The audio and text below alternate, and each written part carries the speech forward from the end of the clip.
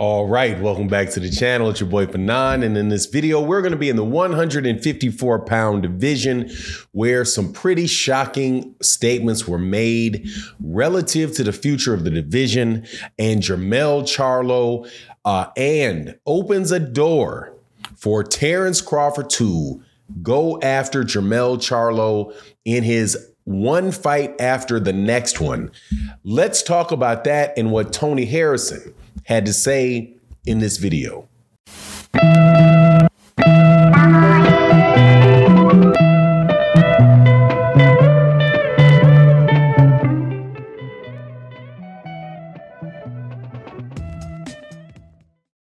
All right, welcome back to the channel. It's your boy Fanon, and in this video, we're going to be in the 154-pound division with a very, very fun conversation about a division that I think is one of the best divisions in boxing. 154 pounds, where Jermell Charlo reigns supreme. Yesterday, I got aware of an interview that took place with Toney Harrison and what he said he plans to do if he beats Tsyzu's son, Tsyzu, in the fight that they have upcoming. And that is a absolutely big thing for the division because it very well may free Jermell Charlo of a mandatory challenger. Now, before I get into that, let me welcome you back to the channel. If you are new to the channel, please accept my invitation to hit the subscribe button, hit the bell icon so you can be notified of when we release more videos. And also, if you are a longtime subscriber and supporter of the channel, thank you so, so much. I greatly, greatly appreciate your support. And thank you to everybody that supports in the live streams and in the super thanks of videos like this. But let's get into this, okay? So as of right now, Jermell Charlo is the undisputed champion at 154 pounds.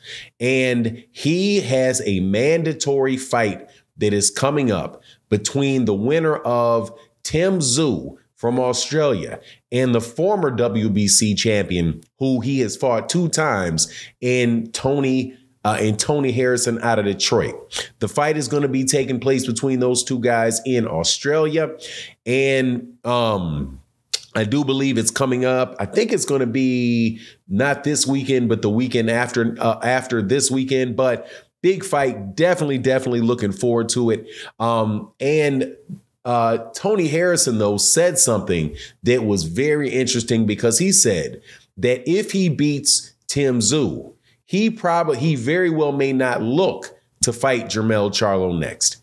And what he says at this stage of his career, that he is interested in making a lot of money. So he said that if he beats Tsyzu in Australia, that he would be perfectly happy giving Tsyzu a rematch of that fight and not going to fight Jermell Charlo because for the undisputed championship, because he says that he was always had it in his head that that fight between Jermell Charlo and he may not happen. Now, in his defense, before people say that, he has said that he's always wanted that fight, but he said that he had it in his mind that that fight may very well never happen.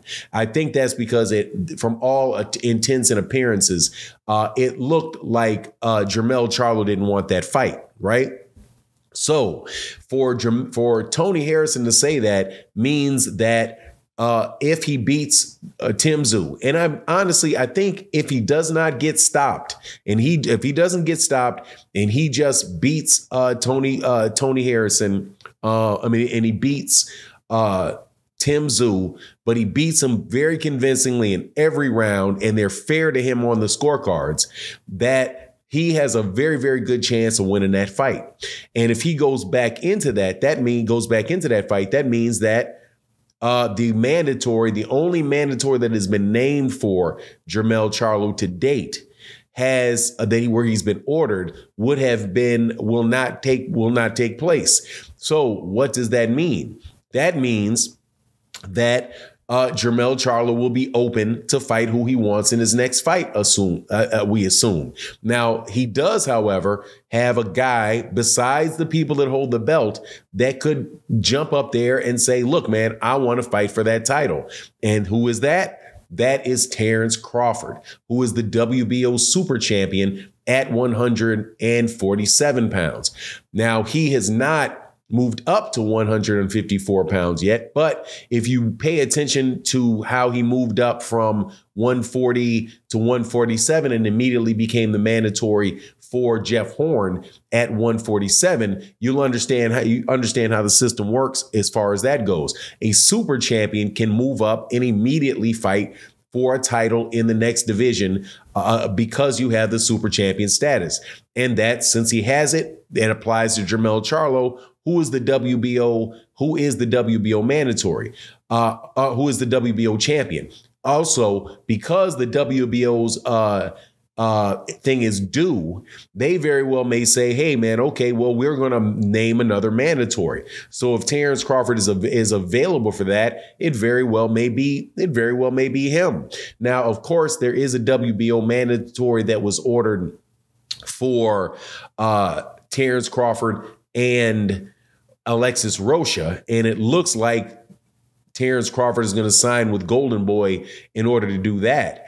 But that does not mean that, depending on when it is that Jermell Charlo is completely full, is completely healthy and ready to go, that option may not be available, in the later portion of the year, like November, December timeframe, which is typically when Terence Crawford fights. Now, of course, there's the continual rumblings that Errol Spence Jr. and Terence Crawford are in negotiations with each other, and that they're speaking with one another directly about making the fight. Well, my take on that is, if you're talking with each other directly, then that fight is a ways off, because once you get done talking directly, you're going to have to talk to the networks. You're going to have to talk to Al Heyman, because Al Heyman is going to have to put the fight on with the PBC. The PBC is going to, or with the BBC and Showtime. And Showtime is going to have to put that on their schedule and find a way, to work that, to work all that stuff out. And I think that very well may push that into, I don't think the summer, my guy, somebody said, don't be surprised if this happens in the summer. I would be surprised if it happened in the summer, because we're already, we're walking up on spring in just a minute. So you pretty much have all the fights, a bunch of fight cards already announced on Showtime all the way up until June. I think at the very earliest you're looking at fall. However, still, that does not mean that fight is actually going to take place. Errol Spence Jr. also has a mandatory on him from the WBC. Of course, there was a lot of talk about him fighting it at 154, but none of that is really set yet. Derek James, who's the trainer of Errol Spence Jr., said that he didn't hear about this fight being at 147 pounds. So, we really don't know the truth of it. But at the end of the day, though, these are different avenues that are most definitely open for Terence Crawford. He can go if Tony Harrison does not if he wins and he does not take that mandatory shot, he gives a rematch to Tim Tszyu, which he probably would do. Tim Tszyu would probably give him a rematch and do that again in Australia. That opens him up over there and gives him the option really of either Errol Spence Jr. or Jermell Charlo.